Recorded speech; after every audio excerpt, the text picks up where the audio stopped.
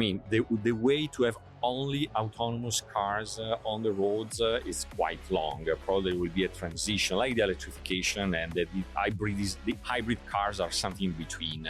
So something hybrid is going to happen. But I believe, yes, probably in 20 years from now, in some regions of the world, probably humans will be banned.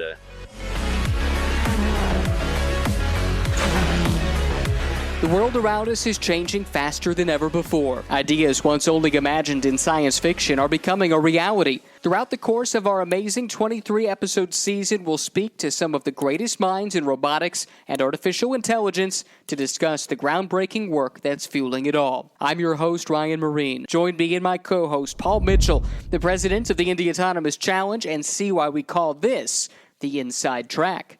So far in this series, we have had so many incredible conversations with the leaders and visionaries of the autonomous revolution that can be easy to lose sight of just how far we've come.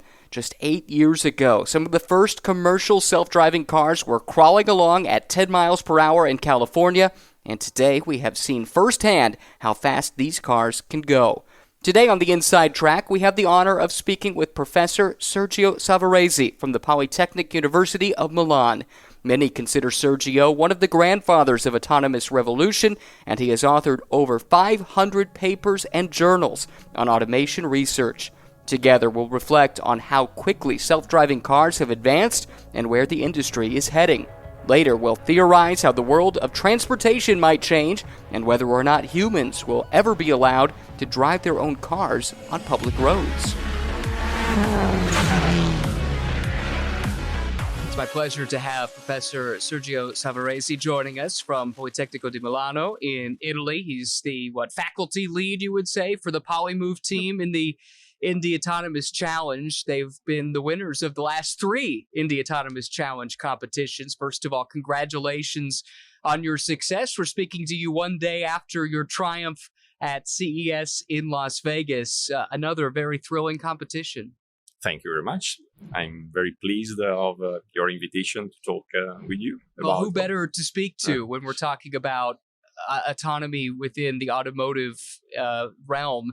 Certainly, this is something that's been on your mind for quite some time. Your students have been working on this particular project for a while, but at what point did you start to think about autonomy and the automotive industry, whether that's in motorsports or simply road-going cars? When did that enter your mindset professionally? Consider that professionally, I founded 20 years ago a research group which is called Move. So Polymove takes part of the name from this. And the focus of my research group is indeed, let's say, automation and control in vehicles. So it's the natural evolution for me. So if I go back 20 years ago, we were focusing on electronic suspension, ABS, traction control, stability control. And then step by step, the focus of the industry went more and more on the, let's say, hybridization, so control problem of the hybridization, and in recent years towards the autonomous driving. So it's a very natural evolution of the path of my research team. When you heard about in the Autonomous Challenge, then I jumped in. Definitely, because I was always very passionate about motorsport, but my regret was that the traditional motorsport, let's say Formula One, of course, in Italy we have Ferrari, it's Formula One, step by step abolished and banned every automation technology. Yeah, the Williams active suspension didn't last long. Out, traction control out, ABS out, anything out, and the motivation is quite clear. So they motorsport try to keep the importance of the human hero, and so ironically, the Formula One is top on any, let's say, technical field, so materials, engine, mechanics, aerodynamics, so on, except the automation and control. And ironically, the automation and control, the automatization of the driver is probably going to be the most important challenge technologically in the car of the future. So there is this sort of contradiction. From one side, in the real cars, this is going to be the most important trend from the technology point of view, and this is the part missing in motorsport. And in the autonomous challenge was a great opportunity to go to allow a research group like mine to enter in a motorsport competition. So I took the opportunity immediately. How long have you and your students been working on this project specifically? Specific project. Yes. This project, as you know, started at the very end of 2020, right? The beginning of 21, and we have working on this project since that. The initial part, first with the simulation race, and then we moved to the real car and so on. So we're here from the very beginning together with all the other teams. Couple of years. Describe the growth you've seen. That's a short time frame when we're talking about emerging technology like this, and yet we've seen massive growth from first the competitions in the simulator, the first times then that we saw the real cars on track, to what we saw yesterday out at Las Vegas Motor Speedway. I think it's really impressive. If you compare how much time in industry a prototype is being developed, it was an amazing short amount of time.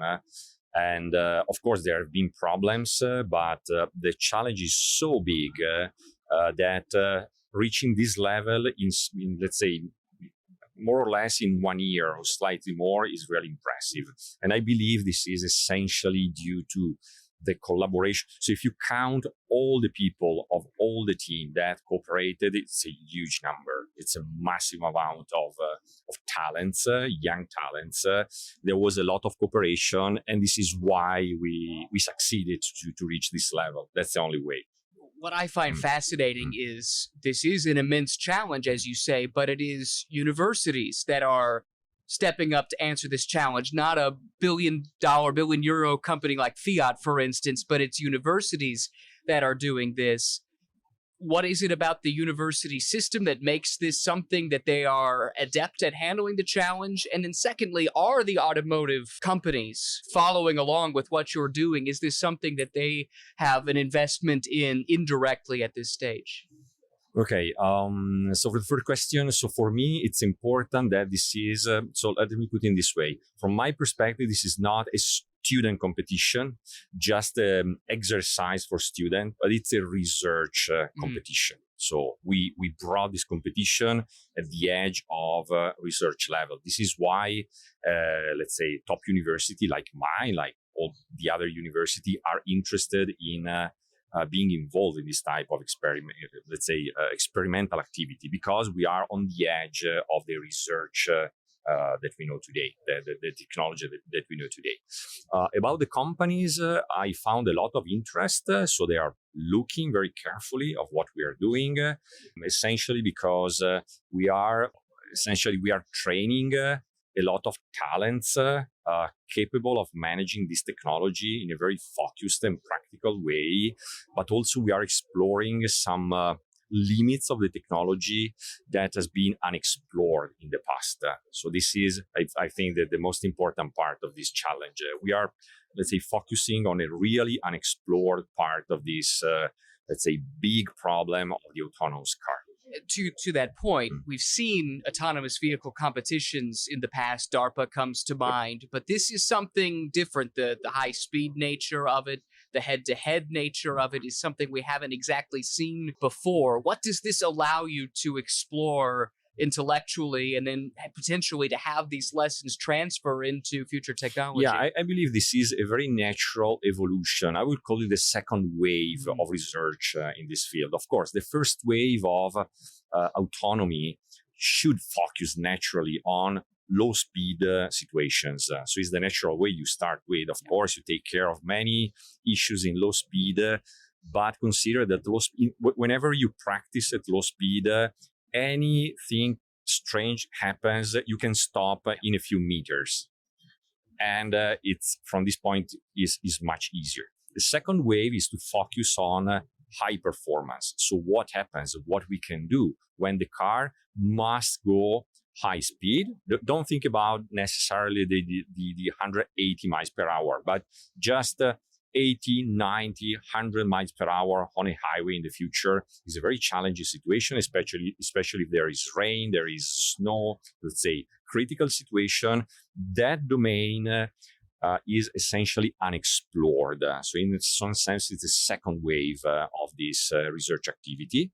Of course, today, industry is focusing on the first wave. To complete the first wave, we are looking to the future and say, okay, at some point, the problem of critical condition, high performance will become extremely relevant. And I like to say that in the future, when I will go on the robotaxi on a highway, 100 miles per hour, snow or rain, something happens, I want to have a pro driver at the wheel. Yes, that's the point. And this is the imagine of what we think it's the most valuable contribution of what we are doing. Of course, it's not something is really needed today, but this is research. You look in the future and you say, okay, the next step will be that one, and we are working in that direction. So to save lives in a challenging situation in the future. It's interesting you put it that way because, as you know, there are only so many humans that can be pro drivers, that have the skill that is required. However, presumably that limitation wouldn't exist with an AI algorithm. We could have, in theory, every car on the road have pro the drivers. same capability, right? It's really this, because also today, there are few drivers who are capable to manage challenging situations. Right. And we know most of the crashes in highways or in difficult conditions are due to the, let's say, obvious inexperience of the driver. Yeah. So in a sense, you're right. We can put pro drivers, Formula One, IndyCar drivers on every car. This is a bit of a dream, sure. But it's a dream, let's say, to save lives, to make sustainable, not only from the let's say, environmental point of view, also from the safety point of view, the future of the mobility. So we believe that this is not just an entertaining environment, just a competition, just a game, but it's something that is going to have a big impact in the mobility revolution in the future. Which elements of this do you expect to first creep into the marketplace, to first have that big impact as the second wave, as you put it, enters into the automotive industry? And what is the timeline we're looking at? Okay, what we are doing today is to make a first small step and to bring this technology in something between the autonomous motorsport or the motorsport and let's say everyday cars. So now we are focusing on GT cars, say supercars, hypercars that go on track, but they are not in a racing condition. So today there is a lot of requests for these cars, which are extremely powerful, that are used by non-professional drivers to have some assistance. And we want to explore also the interaction between a human driver that can cooperate with an AI driver. I believe that this has the shortest time to market. There is a clear need. It's a significant step. It's not a huge step. From that point on, the final step will be to bring these, let's say, drivers, professional drivers, on everyday cars. For this step, I believe the timeline will be, let's say, 8-10 years from now. So it's a long time, but in automotive development, let's say 8 years is really very short time. That said, 8 years ago, could you have imagined what you're doing today? And with that in mind, how difficult is it to look ahead 8 years from right now? Absolutely, yeah. Absolutely. So things are evolving so quickly in general in the technology that it's really difficult to forecast. I believe that the main direction is right.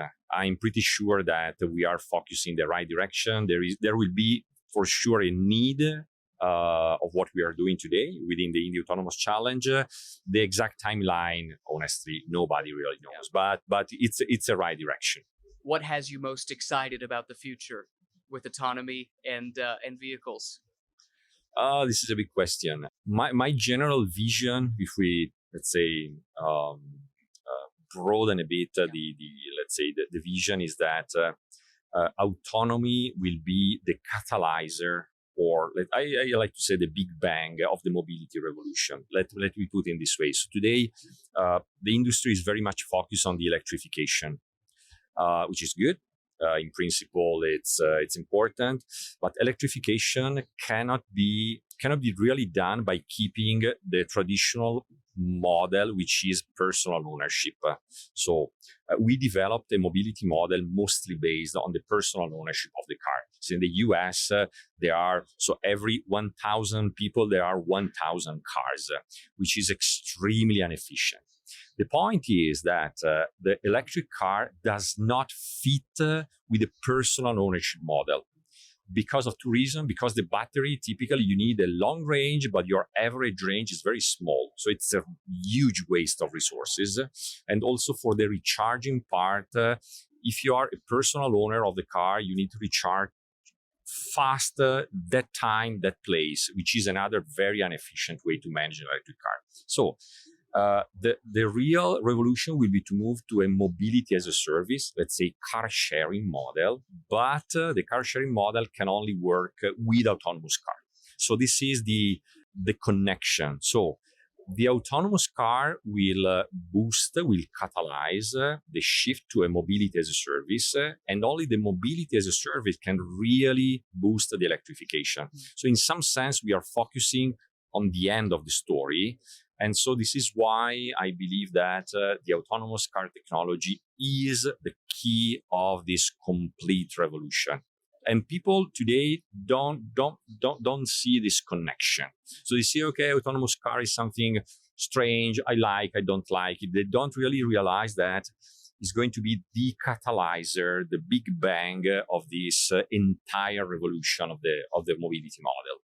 Do you envision a future then where, at least on the road, there are no human drivers, that AI, that autonomy is the future, or is there always going to be a need, even if it's in a very specific circumstance, to have the human element? I mean, the way to have only autonomous cars on the roads is quite long. Probably there will be a transition, like the electrification, and the hybrid cars are something in between. So something hybrid is going to happen. But I believe, yes, probably in 20 years from now, in some regions of the world, probably humans will be banned. And at that point is even easier in some sense. So the hybrid coexistence of human drivers and AI is going to be an issue. So probably that's the end of the story. It's like the story of the horses. Today you can't go with a horse on the highway, and that's fine. So you want to drive the car, go on a racetrack, sure, and have fun. So probably that will be the end of the story. It's going to take a long time because contains a lot of cultural and acceptance issues, and so it's going to take some time. But at the end, probably the end of the story will be that one. A fascinating conversation as always, Sergio. Yeah. Thank you so much. Thank you very much for the invitation. Thanks again. Thanks for joining us this week on the Inside Track. That was Professor Sergio Savaresi from the Polytechnic University of Milan. Reflecting on our origins is just as important as looking forward to the future. Who knows? Maybe you will be carpooling to work in an autonomous car sooner than you think.